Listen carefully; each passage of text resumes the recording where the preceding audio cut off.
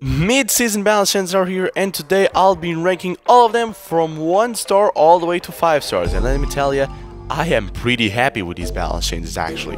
First time I think I actually agree with every single change. But without further ado, let's start the first thing, which is Squeak. So his damage got increased from at level 1 from 1800 to 1160. So now with the first star power, you just deal so much damage, like you have no idea. And for me, as kind of a Squeak main, I already played a lot of Squeak and I really enjoy playing him. So this is a big win for me, honestly. And the damage buff, it is really solid because Squeak doesn't really have a way to deal at all with aggressivity. The hypercharge didn't help him out at all with that, so hopefully this damage buff kinda compensates that. Also, it gives him like a lot more area control abilities, because now you cannot just pass through them as well as you could. Like now it is so much easier to kill enemies that go way too close to you, and you can just like send 3 bombs towards them. Like that right now feels actually somewhat deadly. With all this being said, I would probably give to this change 4 stars. I don't think it is the perfect change. I might have done something more related to his charge rate or maybe to the super, because I feel like the super, it is still very useless, but it is a very good change and it will for sure help Squeak. Maybe he might appear more in Gem Grab or in some hot zone game modes, or maybe, who knows, maybe even a little bit on Bounty. Who knows? But hopefully Squeak is at least, I would say, a B tier character after this, because he still has the hypercharge, which is a really good help, and the hypercharge is pretty solid, so we might see a lot more Squeak right now. Next on the list we have Maisie, and her damage got increased by I think 8% or 9%, and now she deals 2800 damage with 1 shot. And honestly, I have mixed ideas about this. Because she's actually considered a marksman, this makes a bit of sense that she deals more damage with her basic attack, but her basic attack, it is near to impossible to land. Like, it is just so hard to consistently hit those shots. Like, it is not just skill issue, it is hard sometimes. Sometimes people can just dodge it for like ages. It is just really bad sometimes, and other times you can just hit enemies, cycle your super, and everything is near perfection. So I would say that it is a good change, because it makes hitting those hard to land shots a lot more beneficial, and it is just better overall. But it is still there the problem. I still feel like since the charge rate nerf, it has never been the same thing. They tried to fix it by giving some bonus super recharge rate, which I do think it helped a lot, but honestly, this damage buff, I think it won't do anything. So I will give to this change 2 stars. It could have been way much worse. I feel like for me to give 1 star to a balance change, it takes a lot, so 2 stars feels nice. It is a good change, it happened, she needed a buff, so in the end that's all it really matters, I guess. Next we have Mandy, and Mandy, it is a pretty weird one. I have a lot of questions, because when I first saw the changes, that her projectile speed at baseline would just be increased by 20%, and that the super projectile speed would be increased by 19%, I thought she would be broken. Because, I mean, that is literally having her first gadget permanently, which would be broken. But the reality is, I don't think they actually increased the projectile speed. Like, I don't see it at all. Like, and even worse than that, it feels like they nerfed the first star power or something, because I tested it and I am not crazy, that thing is looking slower than before. What I think it actually happened is that the 20% projectile speed buff actually never happened, and the only thing that happened was the super projectile speed buff, which I can confirm that I notice it helps a lot, because now the first star power, I think it no longer changes the super projectile speed. So now you can actually use the second star power without having the problem of your super being crazy slow. And I mean, I get confused here because her projectile speed feels the same, but I am hearing that it got increased. Like, I'm just not seeing it. Maybe it got reduced, like instead of being increased by 20%, it was like by 7% or by 4%, because it does feel like a tiny bit faster, but like there is no way that thing is like 20% faster. And there is still the problem that it feels like the first star power it's not even working, which just brings me so many questions. So because of all of the laggy that's going on, I cannot give a very high like star review to this balance change, but it is a good buff and the idea was still there, but because of all the bugs, I gonna give it 3 stars. Next on the list we have Penny, and I am really glad with this change. Her range got increased by 8%, so instead of 8 tiles she now has 8.66 tiles, which it is a somewhat long range, may I say.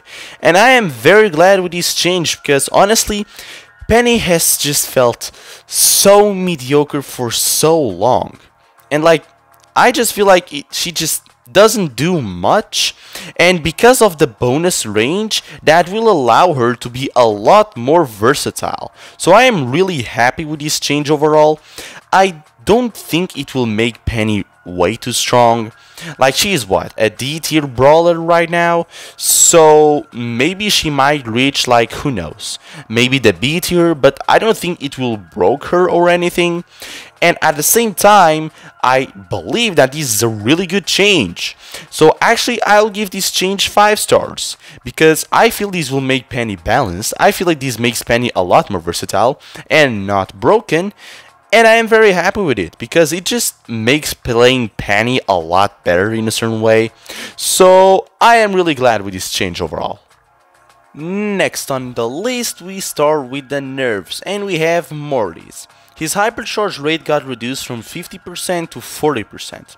So now instead of only needing 2 supers, now you will need 2.5. Honestly, this does not change pretty much anything. It is a pretty good buff, because I mean, if you played well, you could easily get like 4 hypercharges in a long match. Like, if the match was being very long, you could actually get 4 hypercharges, and usually you would get 3 hypercharges in a normal game. So you could just cycle the hypercharge so much. Now you cannot do it as much, or you just need to spam the hypercharge a lot more often and risk to make a bad play in order to get as many hypercharges. But honestly, it is better than nothing. I still feel like the hypercharge is just absolutely broken. For sure one of the strongest hypercharges in the game. I would say that this competes with Hypercharge Fang at its prime, without being a little bit as toxic, but like, the problem is still there. You just heal too much, deal too much damage. I would have liked to see like a damage nerf to the hypercharge as well, but the hypercharge rate nerf for now should put Mortis away from the broken state to just a simply S tier brawler. I am glad to announce that Meg will leave the S tier for sure. Her HP at max level got reduced by 1000. Last time I seen a brawler receive a 1000 HP, they went all the way from the S tier to the B tier, which, in case you don't know, I'm talking about Melody. So Meg, it is a bit different because she still has 2 lives, but now, if I am correct, she has less HP than what she used to have, which is pretty crazy, honestly. The thing with Meg is, you always have that second life, so you will always be good, and she still deals a lot of damage, and she still has that tremendous sword swipe. But now this is also, I would say, an indirect nerf to the gadget, because to be honest, now it is a lot harder to find a valid time to use the gadget, because most of the times you actually die or you just obliterate them, which is kinda weird, but I guess it works somehow. but this HP nerf, even if it does not immediately kill her, I know for damn sure that this HP nerf will haunt her for the rest of her life. So I'll give to this change 4 stars. Again, a really good change, but I don't think it is exactly what she needed. There could have been a lot of other changes that I would have preferred at least, but for now, this HP nerf to the mecha, it is very welcome. Next on the list, we got Daryl, and honestly, his nerf, it is very precise, and it is very good, and I feel like it hits exactly what I had a problem with. The thing about Daryl was, it no longer is, even if you didn't kill the enemy, or if the enemy had really low HP, you would still get the double roll, and it was somewhat easy to get a team wipe because of all of the shields. And like, we don't want to nerf the shields. Last time, Daryl went all the way from the S tier to the F tier. So like, probably not gonna mess up with the shield, which was a good idea. But his charge rate got increased, which means that now you would need a lot more attacks to get the super. So in numbers, it went from 80 to 117, which I have no idea what that means. But all I can say is that the charge rate to get the super was nearly increased by a damn 50%. And you can notice it. It feels like your shots no longer give you like that much super, but at the same time this gives a bit more purpose to the first gadget, which is good. And at the same time they did not nerf his trait, which I am very happy about, because that was what made him a bit more versatile in, for example, knockout or bounty. In more long range maps you can still rely on the traits to get most of the super charge rate, which is pretty good, and I'm very happy with it. And I'm just glad because now Daryl, either he gets a good interaction to get the double barrel Daryl super back, or you just fill it halfway or like 2/3 and you need to wait a little bit more to be able to pull out another easy kill. So overall, I will give to this nerf 5 stars. This is exactly what Daryl needed, and I think that he will still be an A tier brawler, but to be honest, I don't have any problem. Faced a lot of Daryls and honestly, never felt annoyed by being killed by it, or at least not much, of course. Next we have Gale, and thank God his super damage is being reduced to actually a tiny bit less than what it even used to be before the buff. Because if I am correct, before the buff it used to deal like 1240 and now deals exactly 1200. The Gale super was just so toxic. It felt unfair. You get a 1800 damage attack that goes instantaneously through walls and pushes you away. If Maisie has to wait 1 second off cooldown to get that, I felt like Gale should have had the same treatment as well, but it is what it is, I guess. And because of that, there has also been a second nerf to his hypercharge rate, because apparently his hypercharge is very strong. To be honest, I have never had really that much problems with it, because to me it feels like a pretty average hypercharge, not gonna lie. But its charge rate got reduced from 30% to 25%, and to be honest, I kinda disagree with this part. In my opinion, they could have just reduced the super recharge rate a tiny bit, but reducing the hypercharge rate so that now you need 4 supers, it is just too much. History has proven us that 4 supers to get a hypercharge, it is way too much. Fang hypercharge now feels extremely mid, and Tig's hypercharge started as 4 supers and eventually got buffed. So I definitely think that the hypercharge charge rate nerf was a little overkill, but I still feel like Gale will be at least a B tier character. He will just no longer be as annoyingly overpowered to deal with. So overall, I will give 4 stars to this change. Next on the list we have Mo. His damage got reduced from like 1200 at max level to 1080, if I'm correct, yeah. So now he deals a lot less damage. His damage no longer feels as toxic in my opinion.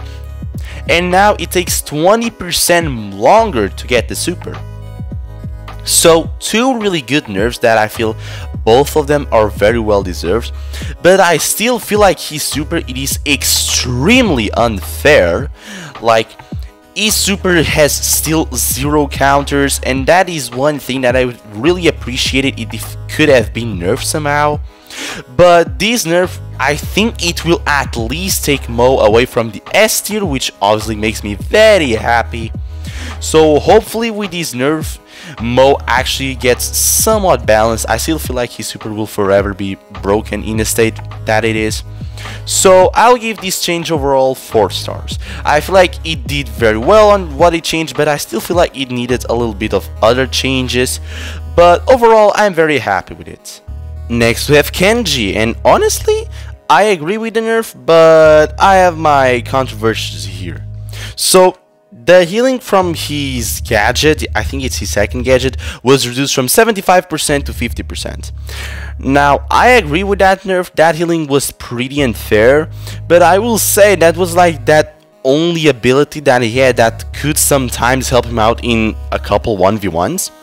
And I honestly was about to make a video on why I think that Kenji was not gonna stay on the S tier for long.